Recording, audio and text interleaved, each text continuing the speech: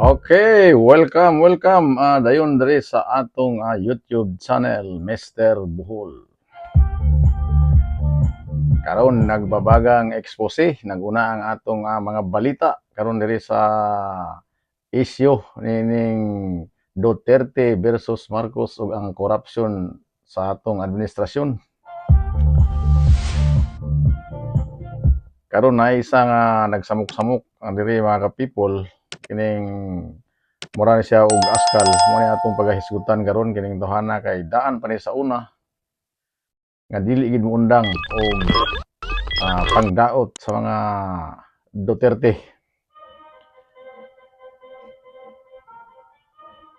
Siguro nakahibalo na mo aning duhana kung kinsa kini.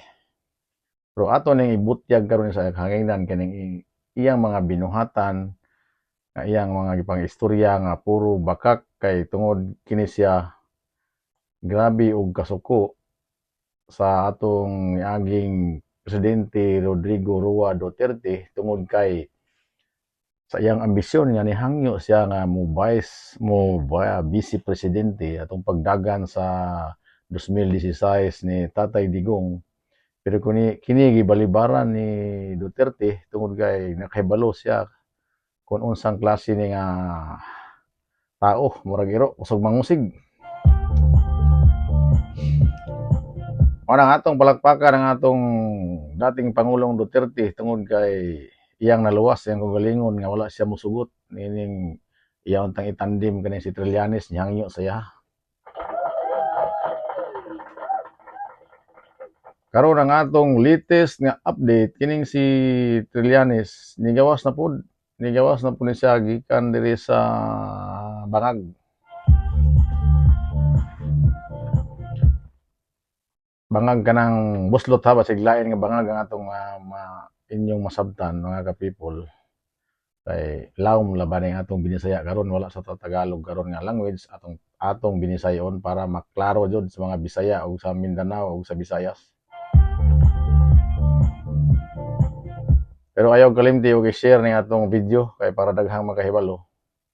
Nga mao ni ang ugali ani askal kini murag aso nga sigilag paghot diha sa dalan. Si Senador Trillanes ni file na pud og kaso mga ka-people. Ingon ana kabaga ang iyang gidalang papel. Iyang gibitbit, iyang gipabitbit sa mga bodyguard, iyang mga body-body kay ni file sa pud kaso ni Bongo, Senador Bongo ni Duterte.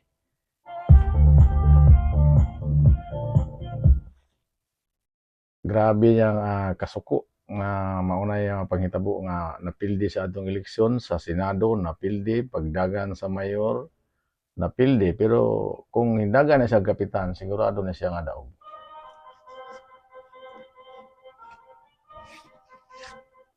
Grabe ni karong niaging adlaw ni file siya og kaso sa Duterte, former president og kay Senador Bongo. Kini mga isa sa mga pagdaot para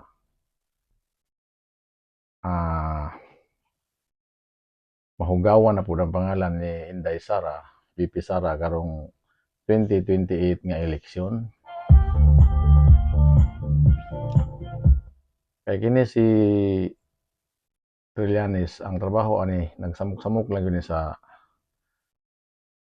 atong bayang Pilipinas. Kaya wala mo gani siya mahimo kay tungod dili na gani sa mudaog bisag unsa pa iyang daganan mao ni nga ang atong duda ni mga people ang wapo ni atong panid-an kung asa gikan ang gisweldo niya nga murag confidential gid ang gisweldo dili man na pwede og magsige na yaw-yaw diha na sa tawhana na walay hatag nga nagpundo og nagsildo. Kaya asa man tagi pang sweldo ana yang staff diha nga nag-type anang duha ka dangaw nga gibag-on sa iyang papel yang i-file diha sa sandigang bayan para ipapreso niya ni si Bongo ug si Duterte. Proud na kay siya nga iyang napadala si former president didto sa ICC. Mura siya og dili Pilipino. paisog-isog pa ni siya itong nagmagdalo. Pero pagdakop, nakaihi mga ka-people. Ambot nga ano po niyang papel nga moangay magayo magbuhat-buhat o mga sayop kung dili mao ba ang ipanulti. Ganahan na po siya. Sige lang siya papurma pero adtong gisyuhan na warrant of arrest ni former President Duterte itong nahadlok ni tago sa Senado wala ni gawas maayo gani kay gidipinsahan ni Senador Soto wala ipadakop. Kaya karon nagsamok-samok na pud. Nya daghan pa kay siya kaso nga giatubang nga libel ni Congressman Pulong Duterte. Napo na siya mga warrant of arrest pero nakapiyansa. Karon iyan na pong gitirahan si Bungo kinsa kay nagsugo ano pud ani nga daoto na pud ang Duterte para maepektuhan na pud ang kandidatura ni Inday VP Sara nga mao karon nanguna sa mga sorbi bisag asa dapat nga kali ang sorbi. Ilang giinitan kay ilang gi-impeach wa madayon karon namatay ang impeachment. Pagkapatay sa impeachment nagi-close ni Senador Villanueva iyang ipariman dito sa mababang kapulungan. Karon si Villanueva na pud ang giinitan ani atong ombudsman. Mao na kini karong si Trillanes pay mahimo. Kaya wala naman siya trabaho, civilian man siya, kaya wala man siya mudaog pagka mayor sa iyang ginaganang lugar. Napildi manghihapon, muhangi pagani ang tag recount, bisag layo kayo og biya. Unsa naman na eh.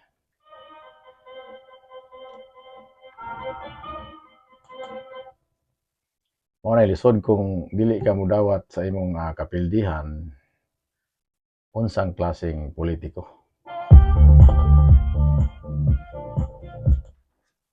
Atong paminawon na iyahang video sa pagpa-interview diya sa pag-file og kaso. Kamo na ang muhusga mga people kung kanang gipang istorya ug naa ba sa saktong pangunahuna o sakto ba lang gipang istorya nga magsige lang og file og kaso wala laing trabahong mahimo.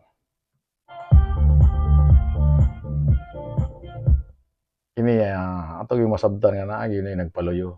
Naa gyud ni swildado gini siya. Kinsa ka na nga confidential fund ang gamit anang isuldo anang tawanan na.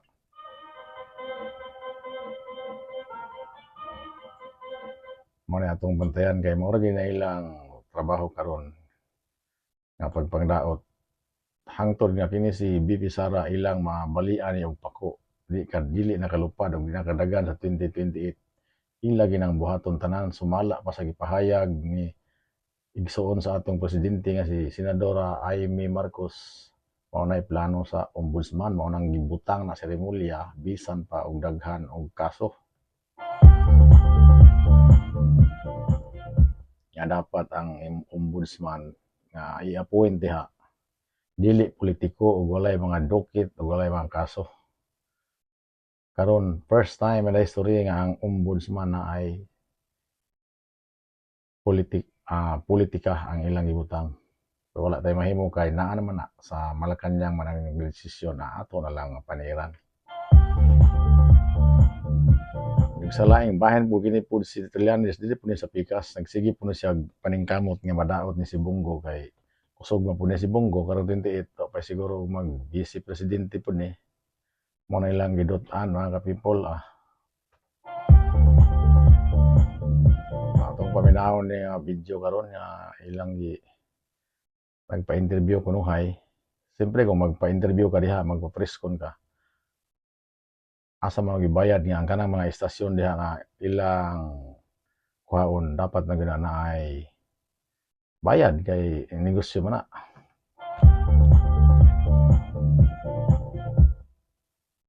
Atong tanawon kini video hangtod sa katapusan mga people.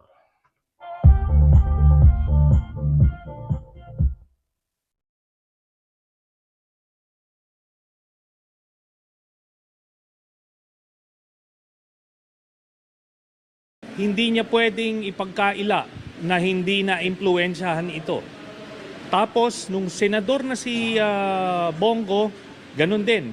Kahit na senador siya, siya pa rin ang nag-a-act as the alter ego of Duterte's. Talagang siya pa rin yung special assistant. Kaya ito ay maliwanag na violation sa ating batas at kaya natin siya nakasuhan.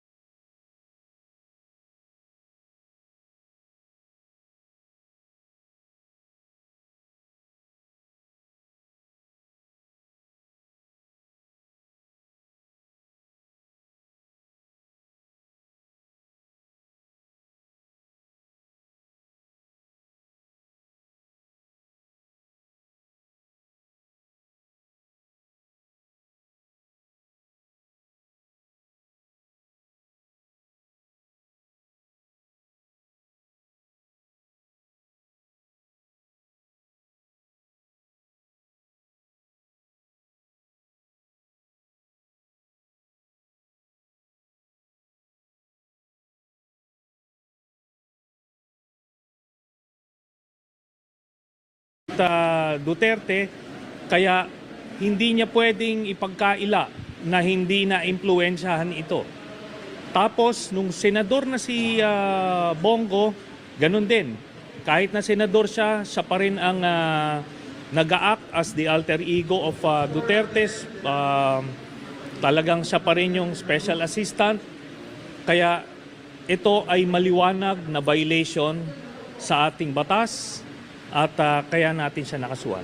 Yun po. Sir, ano po yung ebidensya natin? Ano po yung natin para? Ang ebidensya po dito ay mga kontrata mismo galing sa DPWH. Ito po ay nakuha ko nung ako po ay senador pa. Tapos dinagdagan namin nung iba pang mga dokumento nung natapos na ako sa pagkasenador. Bawal po ito, 'di ba? Hindi mo pwedeng bigyan ng kontrata yung tatay at kapatid mo. Ang nakalagay sa ating batas, up to 4th degree of consanguinity and affinity. Pero ito, first degree ito. Tatay ito at kapatid. At hindi niya pwedeng sabihin na hindi niya mapipiling kamag-anak niya. Kasi hindi ito basta-basta kamag-anak. Kapatid at tatay ito. Tapos, halos 200 contracts ito. Sa City Hall ng Davao hanggang sa nung sila ay presidente na. O yun. So bukod pa ron, itong CLTG at saka Alfredo Builders na construction companies ng tatay at kapatid ni Bongo, undercapitalized ito, hindi sila pwedeng magkaroon ng mga proyekto ng mga daang-daang milyon. So ang ginawa nila, nagsisircumvent sila ng ating batas by having joint ventures with yung may mga AAA licenses. Okay? So bukod nga doon sa undercapitalized, sila rin ay may B license lang noong mga panahon na yon at kaya sila nagjo-joint venture. Tapos may nakita rin tayo, sinama natin dyan sa ating mga dinistribute sa media, 5 kontrata nila na malalaki na aabot ng mahigit 800 million pesos with the Discayas. Kaya yung sinasabi ni Bongo na hindi niya kilala yung mga Diskaya, may joint venture yung tatay at kapatid niya. Tapos, paano nagkakilala itong mga ito? 'Di ba? So yan yung mga problema ni Bongo na harapin niya pagka naisampa na to. Sir, sa former President Duterte, paano siya kasama din dito sa kaso? Dahil siya yung principal. Ang nangyari dito, nung mayor pa si Duterte, executive assistant si Bongo. Maaring iniisip nila na hindi naman kilala itong tatay at kapatid ni Bongo that time, pero eventually, nung nagpresidente na, nakita natin si Bongo, nakilala natin si Bongo, at halos si isang tao sila. So ang pumipirma, ang nag-a-approve ay itong si si Duterte, pero nasa likod niya itong si Bongo. Sir, so simula pa nung alkalde si Duterte, itong kaso na to hanggang doon sa mabuo yung 7 billion na yan. Yes, It seems that if you listen to Audible, you will have a new car time with Algernon. Look, it's the son you deleted. Too much. Listen to Audible while waiting for the traffic light. First, try the free trial.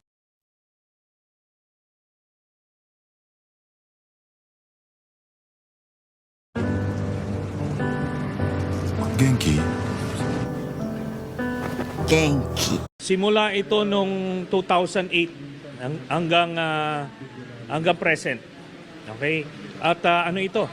Hindi ito minsanan lang. Halos 200 contracts ito. Sir, bukod sa mga kontrata, ano pa pong pruweba natin kung may connivance, collusion, na meron pong pinaburan talaga itong CLTG Builders sa Alfredo? Ano pa pong ebidensya? Alam natin, di ba, special assistant si Bongo ni Duterte. Tatay niya nakakuha at kapatid niya nakakuha ng 7 billion na kontrata. Kumbaga, hindi na ito pahirapan. Di ba ang issue ngayon, sino ang politikong nasa likod ni Diskaya? Di ba? Sinasabi nila, sino yung politikong nasa likod?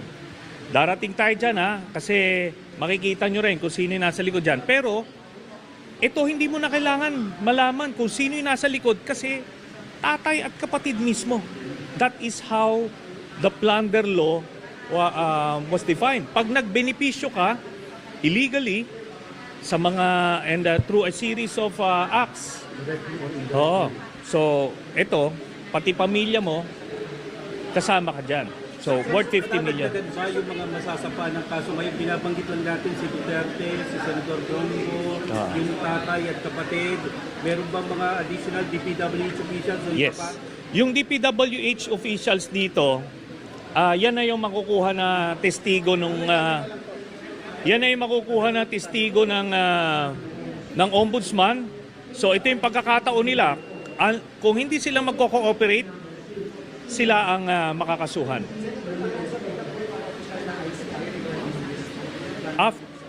After namin i-file nito, bibigyan namin ng kopya yung ICI para makita nila na ito na eh.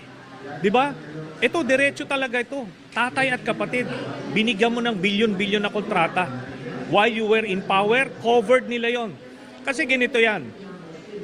Kung nung hindi naman natin yung sinasabi niyang pag yung kamag-anak mo may negosyo, hindi natin pinipigil, tama 'yun.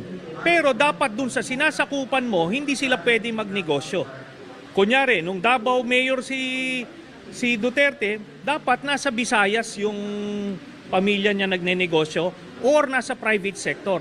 Nung presidente na siya, hindi pwedeng ang sakop na nila buong Pilipinas eh.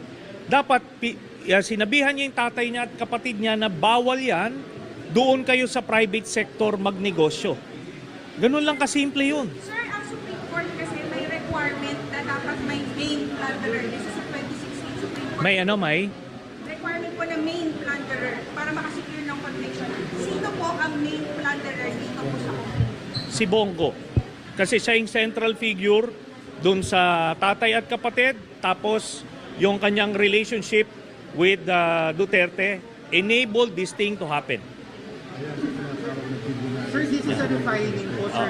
This is a refining kasi yung original na DOJ complaint na dismissed, sir, according to your complaint. So, lalo po kayong confident that this will prosper this time around? Okay, yung kaya nga doon ko final to sa DOJ dati for case build-up, no? Kasi alam kong protektado siya dito sa ombudsman nung iba pa yung ombudsman. Ang ginawa nung dating prosecutor general against the order nung Secretary of Justice, sinubmit niya dito. And that eventually led to his dismissal or relief doon sa position niya. Kaya anong ginawa rito? Hindi inimbestigahan. Not even a day or an hour was devoted in investigating it. Talagang binaon nila. Pero without prejudice yan, nagkaroon pa tayo ng pagkakataon dagdagan yung una nating final. Yeah. Ito na. Okay, so ito yung receipt copy. Yung mga contracts, ghost project, substandard, may study tayo doon. Ano ba yung mga contracts? Incomplete yung iba. Incomplete pero nabayaran. Sir, iba't ibang infrastructure project, not just flood control. Yes, iba-iba. May flood control, merong mga road widening, lahat-lahat. At ito nga, ang assumption natin dito, kahit na kompleto o nagawa yung proyekto, pero yung offense niya is hindi dapat sa tatay at kapatid ang nag-benepisyo. Sir, clarify ko, saan city pinakamaraming contract? Sa Davao Region and Davao City. Okay. Okay, thank you.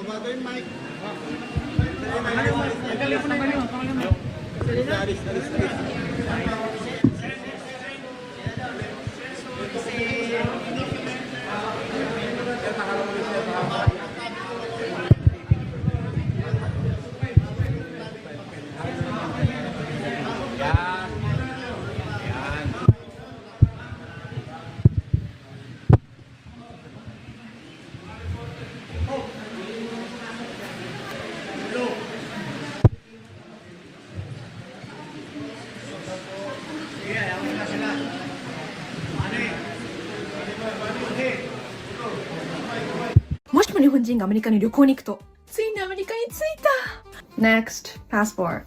Are you bringing any food, plants, or other restricted items with you?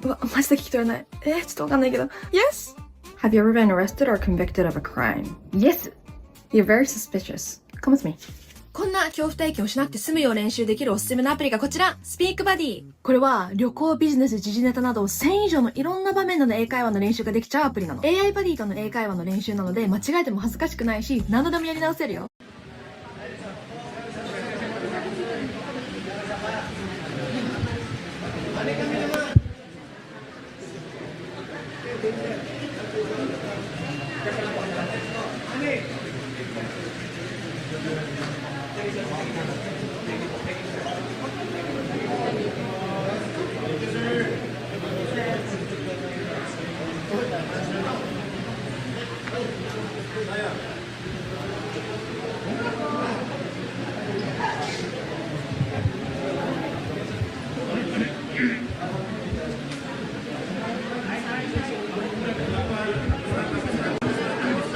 Tapos na.